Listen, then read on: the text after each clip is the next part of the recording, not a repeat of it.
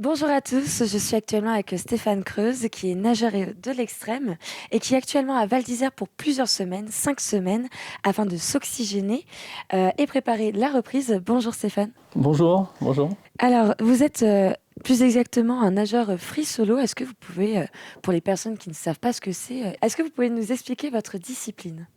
Oui, ben, en fait, je suis nageur extrême, c'est-à-dire que j'essaye de nager dans des conditions plutôt difficiles. Donc, je me suis un peu spécialisé dans la natation dans les tempêtes, essayer de repousser les limites un peu de la natation, ou alors dans de beaux endroits ou dans les conditions où il y a des forts courants.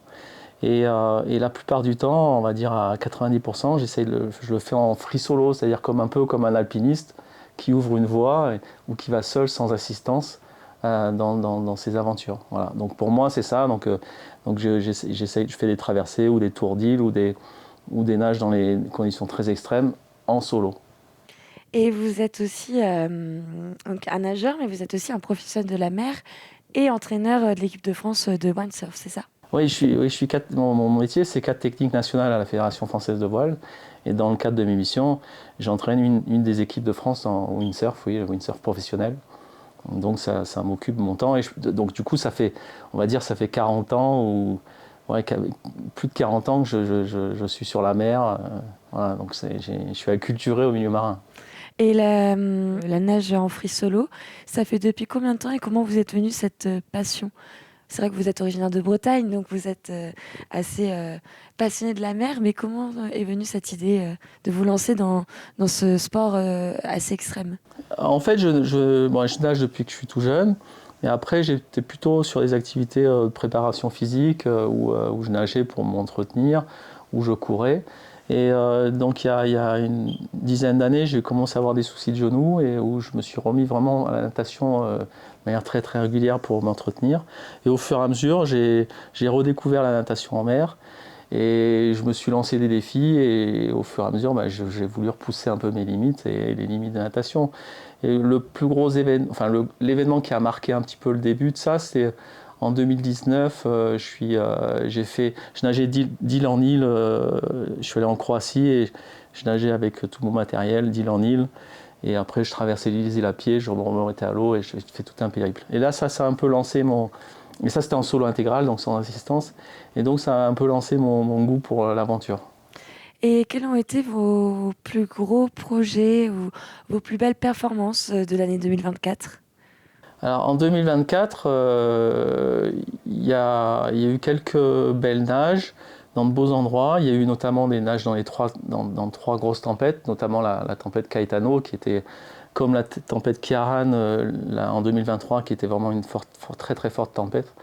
Et donc je me suis, on va dire, mesuré, ou en tout cas j'ai évolué dans un environnement chaotique où il y avait une houle de 4 ou 5 mètres et des rafales à 60-70 nœuds.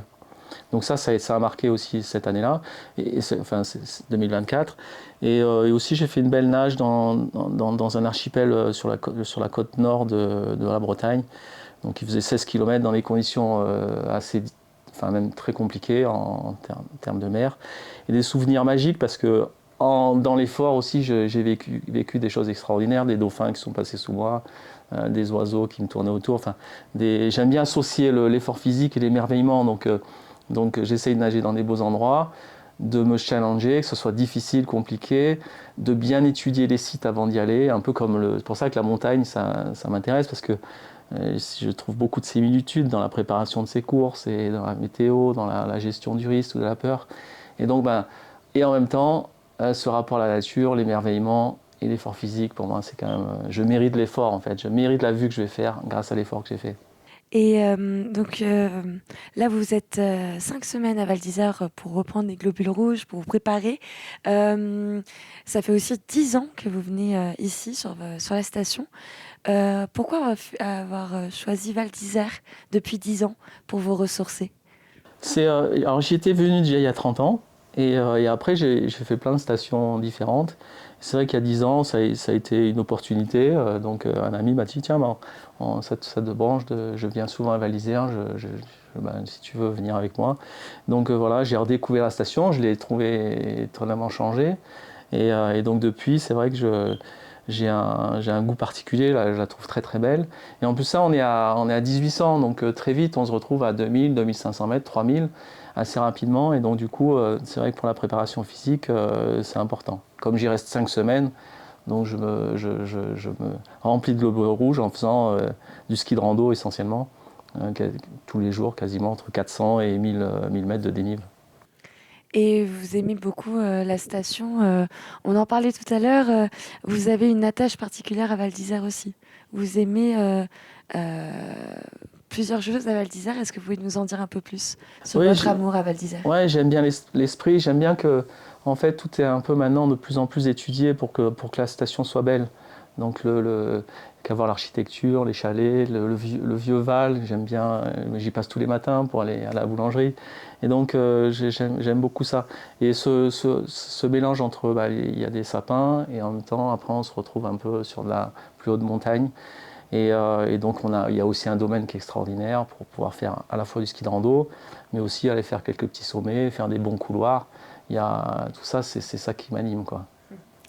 Et donc voilà, vous serez présent donc jusque fin janvier ou... Alors, je suis déjà présent depuis 3 semaines, donc je serai présent jusqu'au 18 janvier. Et en tout cas, bah, on vous souhaite plein de belles choses aussi pour vos prochains projets pour cette nouvelle année. Et merci en tout cas d'avoir été présent avec nous, Stéphane. Merci beaucoup, merci de votre accueil, c'est gentil.